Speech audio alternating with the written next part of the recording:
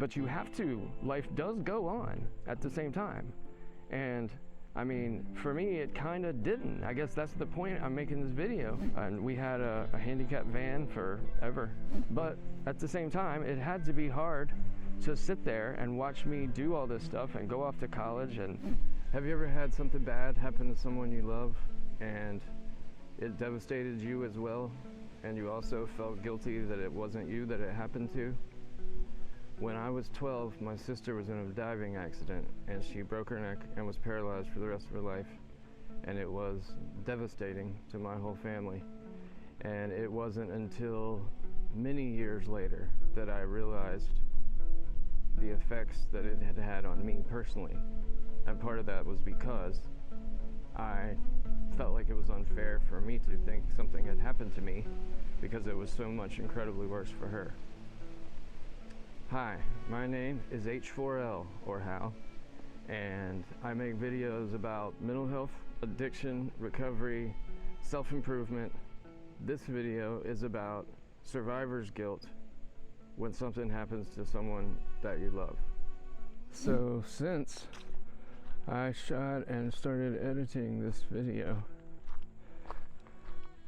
Hurricane Helene has come through and devastated our area. And we were very fortunate to have almost no damages and definitely nobody hurt or anything. We lost power for a few days. It really wasn't much for us. And I made a video about what it was like to be in our house, and it felt like it was going to blow away, but it didn't. A lot of people's houses did blow away or wash away. A lot of people died. It's so many people that have died that it's just mind-boggling. For a hurricane in the North Carolina mountains, it almost seems literally impossible, but it certainly seemed like we were going to get some rain and some wind, and then all of a sudden there's this huge thing. And I know because the areas surrounding us were hit so hard, it's a form of survivor's guilt to be in a natural disaster and be relatively unscathed. And really, no matter how bad you had it, there's always somebody who had it worse. So survivor's guilt is for everybody, unless you had it the absolute worst in a situation.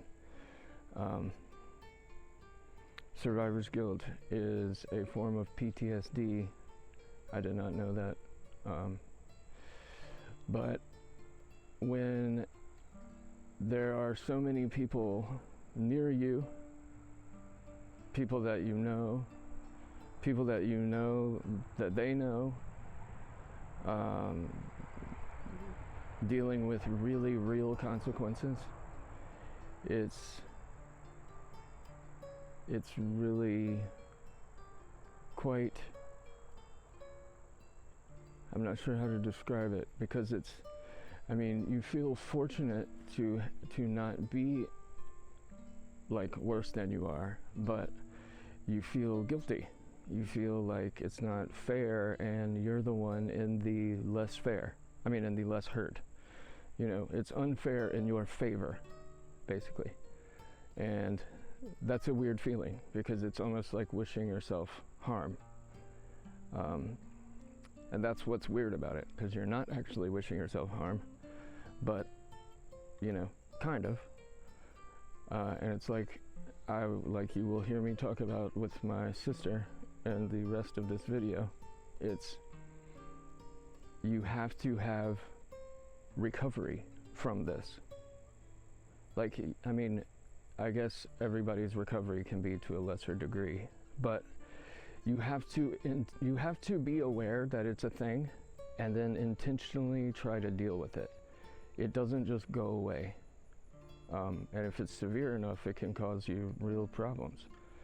I mean, in war, it's common, you know, anytime somebody's worse off than you, it's pretty common. And that happens a lot in war. It happens a lot in disasters when a lot of people are hurt at the same time and in the same area. with the situation that I made this video for originally being, you know, like my sister being involved in a devastating accident, people who have family members that are victims of crime, things of that nature, where it's more of a personal situation. On a larger scale, it's different because you don't know most of the people, or usually, I guess, but there's so many more of them that it's overwhelming in a way to even think about. And that's why it's really important to have a good relationship with your higher power. That is, God is the only thing that can alleviate this kind of problem. The different kinds of ways to deal with it, PTSD in general, and survivor's guilt somewhat more specifically, requires an acknowledgement of the problem and some sort of action to correct. You know, if it's something like what I had with my sister's situation, where it was like an overwhelming feeling for so long that it became part of my identity and I wasn't even aware of it, that's kind of the most needing of correction of all of them, because I mean, when it becomes part of your identity and you're not even aware that it's happening, those are the most dangerous things. And that's why it's so important to be healthy and pay attention to stuff like this.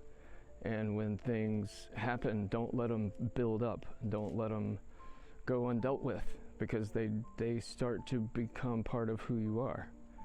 And then they're just harder to deal with. I mean, they're still there, and it's just worse. It's worse because you start letting it affect you. In my case, you start a secondary problem in addiction because of it. And, you know, like the depression is probably that's probably also something that I had, at least in part, because of that situation being not dealt with. It certainly affected my family relationships. But I just wanted to make this a kind of addendum to this video because it's so apropos, and kind of point out that it's a similar thing but different. And obviously our hearts and prayers go out to everybody affected by that hurricane. There's still, schools are still closed here. We didn't even get hit that hard in my immediate vicinity. A lot of people lost power, but that was most of what we had to deal with. But not too far from here, like houses, communities washed away, lots of people died, and it's very strange to go through it, but not be hurt when so many people were, because of survivor's guilt. And it is a form of stress that happens after a trauma, post-traumatic stress disorder. So again, our hearts, prayers to everybody that had it so much worse. And for the rest of this video, I'll be talking about the situation with my sister. But I just wanted to put this in there. Thanks everybody for watching. So as I mentioned, when I was 12, my sister was in a diving accident. She dove into a pool. She was 19 years old, and it was obviously devastating. She was in the hospital in intensive care for like 5 weeks in our town, or in our city. And then she was moved to the Shepherd Spinal Center and Piedmont Hospital in Atlanta. We had family there, and it was about a 6-hour drive, so closer to New York and stuff. I was obviously not really involved in that kind of detail back then, but I was definitely there for all of the times that we got phone calls in the middle of the night. My mom basically moved to Atlanta with her and lived in the hospital. Me and my dad stayed at our house, and so we would get phone calls at 4 a.m. This happened multiple times. And they would say that they were doing a life-saving surgery, that she probably wouldn't make it to get down there so we could say goodbye. That was 9 times that happened. They weren't all in the middle of the night, but all of them, we jumped in the car and drove straight there, and she survived all of them somehow. She was in the hospital there for another 6 months, and then in the spinal center for another like 8 months. All told, it was like a year and a half before she came home, and we had to have a maid and a counter cut down and a bed that she could get in and out of, and my mom would get her up every morning with this pneumatic hoist, and she would put her back in bed to do her bathroom stuff, and then put her back in bed to go to sleep at night, and all day long she would make her food, and they would do stuff and go out. And the first time that I noticed that it was affecting me, we went on an outing to this mall that was connected to the hospital in Atlanta, and there were people looking at her because she was in a wheelchair and had a bunch of bandages, and we were pulling a respirator along behind her. We were just trying to get her out to do some stuff, and people would look at her weird, and I would like look at them kind of mad, you know. I would mean mug them. We didn't call it back then. This was like 1993, 1992, so you know, a long time ago. And I would, you know, my version of protecting her, I would look at people hoping that she wouldn't see them looking at her, so it wouldn't be even worse for her. But you know, she eventually came home, and I continued growing up, and I didn't realize what was happening, but I started drinking when I was 13, and looking back, I realized that probably the feelings I had about what was happening with her were just so confusing and so strong that I had to find a way to fix them. So make sure this microphone's on. So me probably not realizing that what was happening was survivor's guilt, because I felt like, you know, how can I possibly complain or feel like something happened to me when my sister's the one who's been absolutely devastated by this.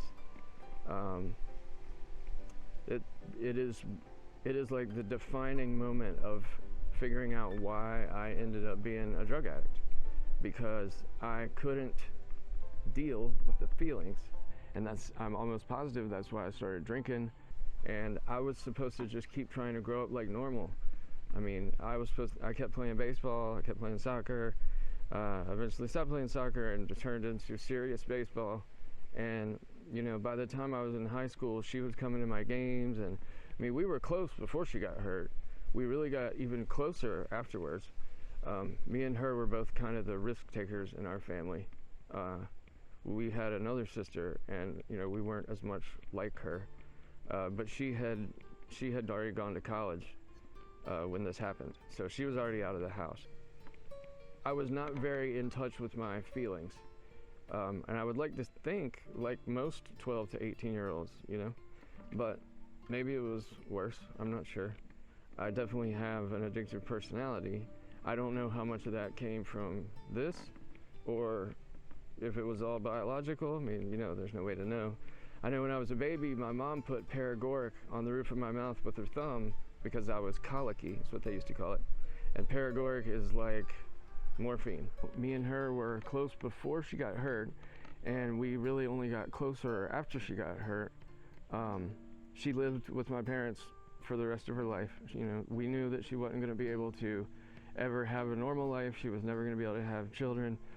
She was paralyzed to like her forearm, so she could move her like arms and her wrist a little bit, but no fingers. It was very, very difficult to watch what happened, because you know, it's like it's so sad, and irreversible, and I mean, it's permanent, and it's terrible, and it's the kind of thing that you know, like people always say, it's the kind of thing that you don't think can happen to you. And I mean, I guess I didn't really think it couldn't happen to me. I was 12, I didn't really know any better. It was about 7 years ago that we lost her. She got sick frequently, and when she got sick, she had to go to the hospital, and she was in the hospital, and she died in the hospital, but it wasn't even from being sick. It's hard for me to even say, because it makes me think about it. All right, I'm in the middle of my driveway. Probably can't tell, but that's the concrete. Those, you know, the concrete. Those lines in the grass that were gravel. I'm not even sure where all that gravel went. But anyway, that's our driveway. This is our giant ass airstrip that's not ours. We rent, just in case anybody's thinking we have this giant property. We rent our place, and I love it. It's great, but that's obviously not what this is about. So, dealing with the guilt. I mean, really, it really comes down to this. You have to, like addiction, you have to have other people. You've got to have a network. You've got to work some sort of program. For me, it was a 12-step of AA and NA, spiritual program of action that had me get a hold of, where was I anyway? I was at, 12 steps. So the 12 steps, I mean, you know, I wouldn't be here without the 12 steps and without medication-assisted treatment, I'm pretty sure, and without my son. The motivation, the physical ability, and the spiritual power, because what I lack is power. And anybody wondering, I have ADD, or ADHD. It used to be ADD with anxiety, now it's ADHD and social anxiety. I have clinical depression, like medicated for it. I'm on the spectrum, it used to be called Asperger's. Like, you know, I have PTSD from several different things. So does that cover all of it? ADD, ASD, depression, anxiety. Yeah, I think that's it, PTSD. There may be some more stuff. And like all of these things, to me, these are just characteristics I have. They're not even, like, I don't even think of them really as symptoms.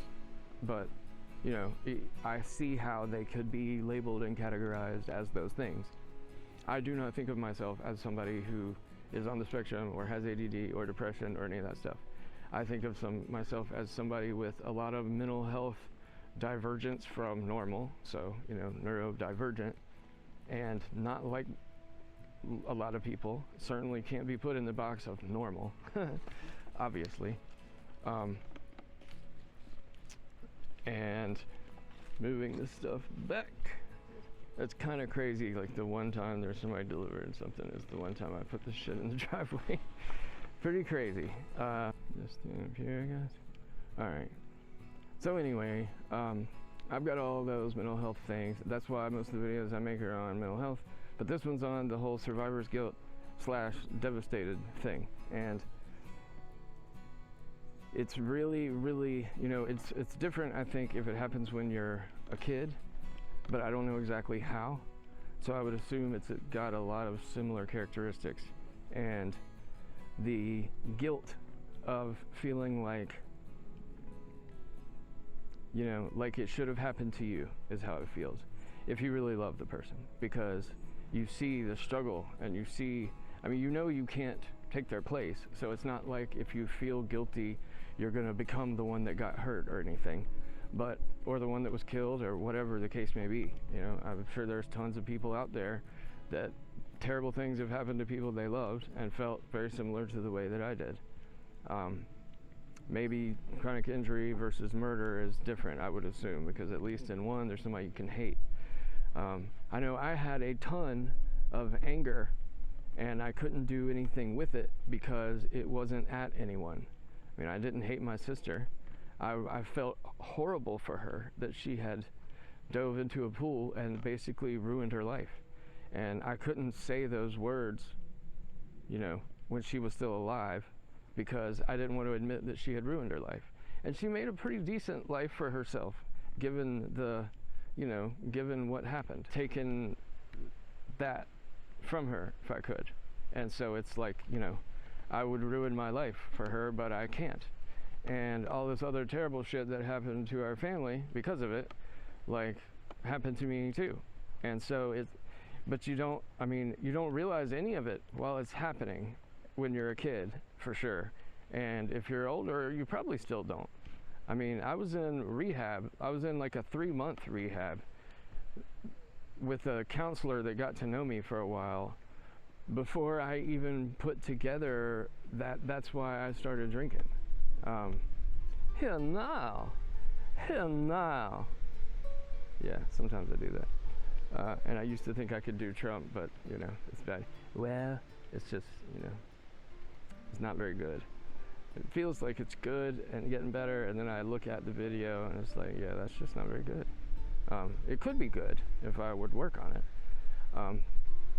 So between the, you know, the devastating effect that it literally had on her, and seeing that all through middle school and high school, and, you know, people would ask me about it, and anytime we would go anywhere, people would stare at her and look at her, and, you know, we'd have to, like, when we go out to eat, obviously you've got to move a chair, and, you know, basically she required somebody to look out for her at all times, pretty much. And so I took that job when I was able to, like when I was there, pretty much.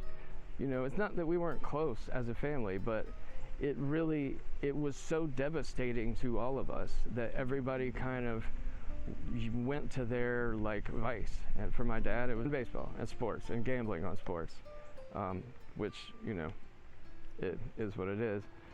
Mine was on pure chemical maximum feeling change. So, you know, that's how I got to opiates. But anyway, I'm trying to talk about the survivor's guilt part, because it's a really unique set of feelings, and they're all really negative, because it's like sorrow that this person has their life basically been destroyed, and it's also anger at, I mean, I guess it was at God, because I decided that there was no God. And it took until I was 19 and had a bad trip and started to see all of the stuff that means that God is provable. You know, all of the empty space and all matter and the Big Bang and just the insane nature of everything, and how there's no way it's just chance. But until that point, I thought there was no God, or hated God, depending on how you look at it. I had a relatively normal life, and I felt really guilty for that. I felt guilty that I was able to go out with my friends and do stuff. But I was so young that I didn't really understand. Like, if I had been older, I would have probably just stayed home with her. But I thought I was supposed to just be normal. And I thought, you know, she wouldn't want me to, like, intentionally make my life not better because of feeling guilty. So it's just a weird set of feelings, because you know that they probably don't want you to feel bad. You probably don't want to feel bad yourself. But you can't help but see this horrible thing happened and want to take some of it from them somehow, either by helping or being there, or, you know, and it's just, but you have to. Life does go on at the same time. And I mean, for me, it kind of didn't. I guess that's the point I'm making this video. If you kind of give in to the guilt and the, you know, the pain and all the different bad feelings, and just try to numb them with whatever vice you choose to use, whether it be love or drugs or sex or alcohol or any number of other things, that some of being healthy. I mean, working out is one, working is one. I mean, there's tons of things. Money, you can get addicted to almost anything. Food. So to do that, though, is then to only compound the tragedy, because you've basically allowed it to ruin your life even more than it had to. Now, I would argue at that time I would have said, well, it did ruin my life, so my life is just ruined. But, you know, my parents specifically told me not to do things that I wanted to do and stuff like that. So it was a constant pull of wanting her, like, and part of it was if she sees me being really happy, she's gonna wish she could do it. And I mean, we talked about it. She wanted me to do it so she could like be happy for me that I got to do it. And that's what you would expect of somebody that actually loves you. But at the same time, it had to be hard to sit there and watch me do all this stuff and go off to college and, you know, do all this crazy stuff, some of it pretty cool, and not be able to really participate. I mean, like, I couldn't call her and be like, hey, come to Raleigh for the weekend and let's party. Like, that wasn't an option. There's got to be a certain kind of bed. There's got to be a certain kind of equipment. There were a lot of nights where we would both get drunk and we would both admit lots of things. It was really, really hard just to know that, like, every time my mom put her in bed, she felt guilty. Every time my mom had to get up from the living room and come back to her room and hook all the things up and pick her up and put her in the chair and unhook all the things and then put all the armrests back on and, you know, and plug the chair in to make sure it was charged. And, you know, on Christmas, it was Christmas, but also she had to be gotten up and, like, you know what I mean? It made everything more complicated. And you didn't mind the complication because you knew it was worse for her. But at the same time, you knew she was feeling guilty that you were having to deal with the complication in the first place or deal with any of it. And so I mean, it's really, I definitely have not processed all of the feelings I have from then. But I have tried to numb them all. And all that did was postpone the pain and magnify it. I've got videos that go into some of this. I would make a video going into almost any part of it if somebody, you know, if it would help somebody. But the guilt / victim thing is, I don't know that there is a way to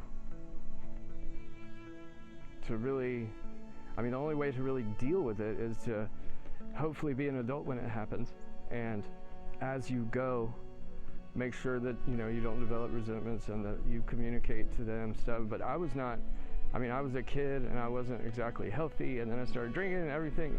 I mean, the feelings of, I can't believe this has happened to my sister. Holy shit, this also really sucks for me. Like, it limited a lot of things for a lot of different reasons. It took the attention of both of my parents very frequently, all of it. The family dynamics definitely changed. I went from being the youngest, who both of my sisters had just become college age, and the sister that got hurt, she had gone to school and then come back because she didn't like it. And so basically they had both left and I was the only one there, and it was weird. But it was kind of good in a way because I got all of the attention. I didn't realize this at the time. I didn't know I even wanted attention, but it meant that, you know, I was kind of the only kid. I mean, I was the only kid there, so I got all of the attention. I played baseball. You know, I wasn't home until 7 or 8 o'clock every night after school. Had girlfriend and stuff. I was really busy, so the times that I was home, you know, me and my mom got closer and closer.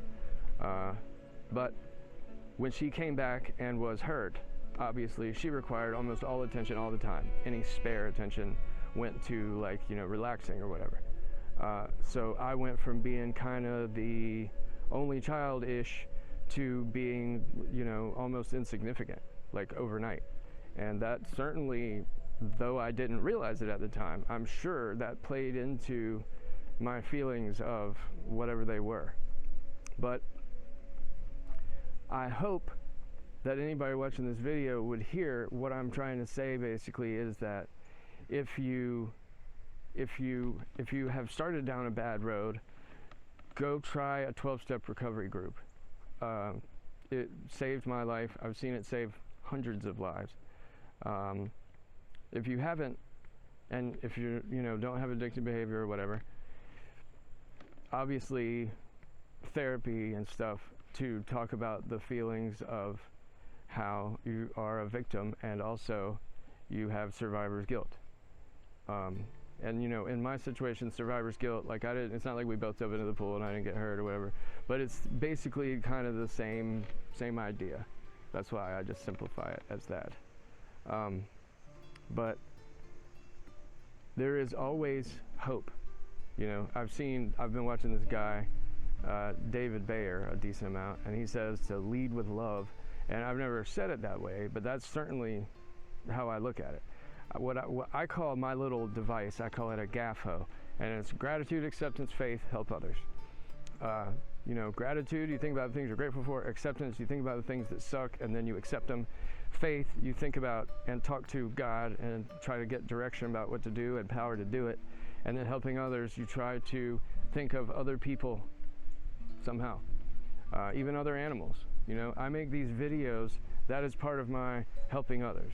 Like when I have a lot of anxiety, I'll sit down and try to come up with some progress on a video or an idea or something to help people. That is the whole reason I'm making these videos.